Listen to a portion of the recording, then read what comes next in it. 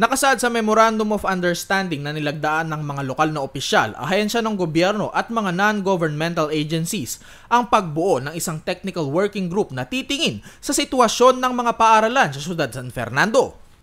Ang programa ay suportado ng The Asia Foundation at Australian Aid na tumutulong upang maiangat ang uri ng pamumuhay sa mundo. Base sa datos na ipinakita ng Children's Education First Coalition, sa siyudad San Fernando, 51 estudyante ang nagsisiksikan sa isang silid-aralan sa elementarya.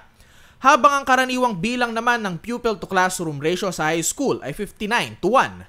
Ayon kay Toik Serna ng Children's First Education Coalition, isa ang Pilipinas sa may pinakamataas na bilang ng out-of-school youth sa buong Asya. Number 3, Ethiopia. Number 4, India. Tayo po ang number 5 with 1.4 million out-of-school children. That is a situation siguro na kailangan natin baguhin. Ayon kay Dr. Grace Gorospe Hamon ng Children's First Education Coalition na nangunguna sa programa, kailangan din tignan ng lokal na pamahalaan ang dami ng paaralan sa isang lugar at layo nito sa komunidad.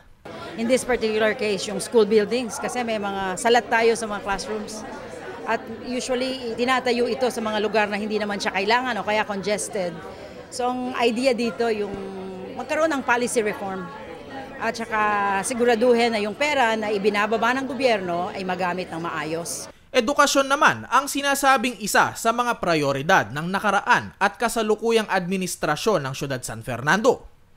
Ipagpapatuloy pa din ni Pampanga 3rd District Representative Oscar Rodriguez at Mayor Edwin Santiago ang programang pang-edukasyon. Isulong yung isa sa mga objectives nito, if I remember correctly, yung initial stage ng meeting namin, ay yung yakagin din ng national government na sa pagbibigay ng mga buildings, kailangan magbigay rin ng mga lote sa mga eskwelahan.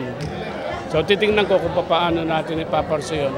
Masaya tayo at natutuwa dahil naging napili nila San Fernando para isang pilot project nila.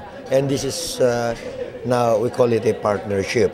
Ang susunod na hakbang ng grupo ay siyasating mabuti ang problema upang makabuo ng polisiya at batas na lulutas sa problema.